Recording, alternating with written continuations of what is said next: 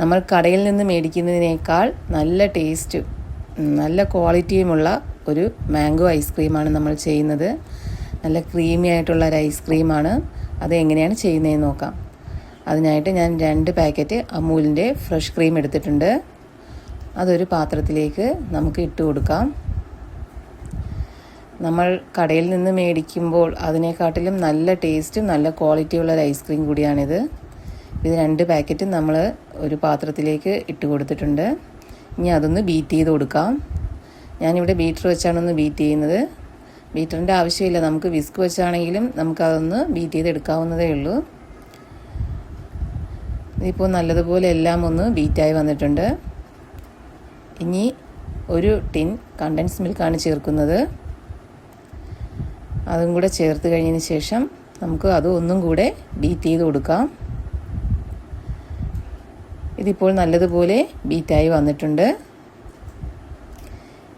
1 kilo മാങ്ങയുണ്ട്.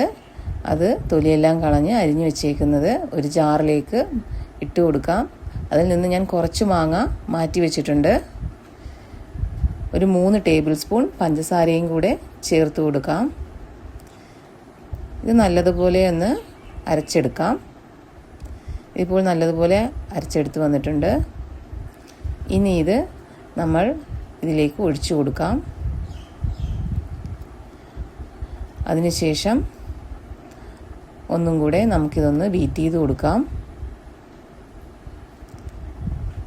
ഇതിപ്പോൾ എല്ലാം കൂടെ നല്ലതുപോലെ മിക്സായി വന്നിട്ടുണ്ട്. ഇനി അതിലേക്ക് നമ്മൾ നേരത്തെ മാറ്റി അരിഞ്ഞു വെച്ച മാങ്ങായും കൂടെ ചേർത്ത് കൊടുക്കാം. അതിൽ നിന്നും കുറച്ച് ഞാൻ മാറ്റി വെച്ചിട്ടുണ്ടെന്ന് ഗാർണിഷിങ്ങിന് വേണ്ടിയിട്ട്.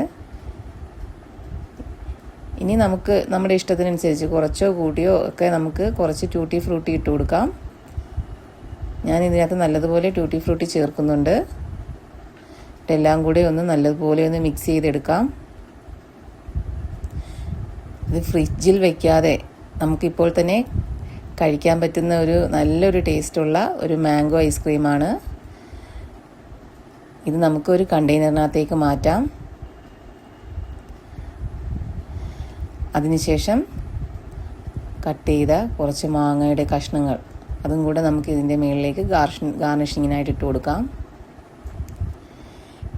ഇനി കുറച്ച് ട്യൂട്ടി ഫ്രൂട്ടിയും കൂടെ നമുക്ക് ഇതിൻ്റെ പുറത്തേക്ക് ഇട്ട് കൊടുക്കാം. ഇനി നമ്മൾ ഇത് അടച്ചു വെച്ച് ഒരു 8 മണിക്കൂർ ഫ്രീസ് ചെയ്യാം.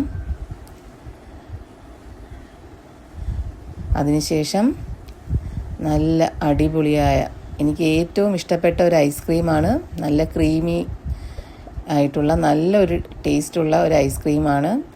എല്ലാവരും ട്രൈ ചെയ്ത് നോക്കണം. വീഡിയോ ഇഷ്ടപ്പെട്ടാൽ നിങ്ങളെല്ലാവരും സബ്സ്ക്രൈബ് ചെയ്യുക, ലൈക്ക് ചെയ്യുക. താങ്ക്